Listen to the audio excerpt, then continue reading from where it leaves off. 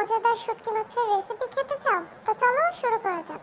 Hello বন্ধুরা, তো প্রথমে আমি একটা কড়াইতে অনেকটা পরিমাণের তেল, কিছুটা পরিমাণ পেঁয়াজ কুচি দিয়ে হালকা করে নাড়াচাড়া করে ভেজে নেব। আমি একটু বাদামি কালার হওয়া পর্যন্ত ভাজি করব।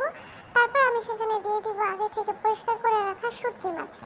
শুটকি মাছগুলো দিয়ে আমি এগুলো কাটা বাছাই করে এখানে দিব রসুন আর 2 চামচ মরিচ। ঝালটা তোমরা তোমাদের পরিমাণ মতো করে দিও, আমি একটু ঝাল বেশি খাই।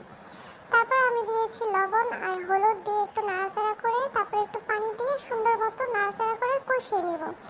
তত সময় পর্যন্ত কষাবো যত সময় পর্যন্ত না তেল বের হয়ে আসতেছে। তারপর আমি কিছু আলু কুচি করে এখানে দিয়ে দিব। আলুটা আমি আগে দিয়েছি যেন সিদ্ধ হয়ে যায়। আলুটা সিদ্ধ হয়ে যাওয়ার পর আমি এখানে দিয়ে দিব আগে থেকে কেটে রাখা বেগুন।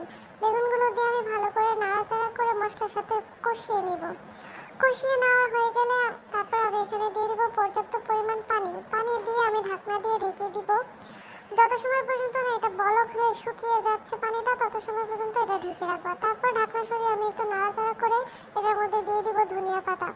ধনিয়া পাতা দেওয়ার পর এটা দেখতে আরও লোভনীয় আর সুন্দর হয়ে গেছে। এখন দেখো কতটা সুন্দর লাগতেছে। তোমরা যারা এখনো ট্রাই করো নাই তারা অবশ্যই একবার হলেও ট্রাই করবা।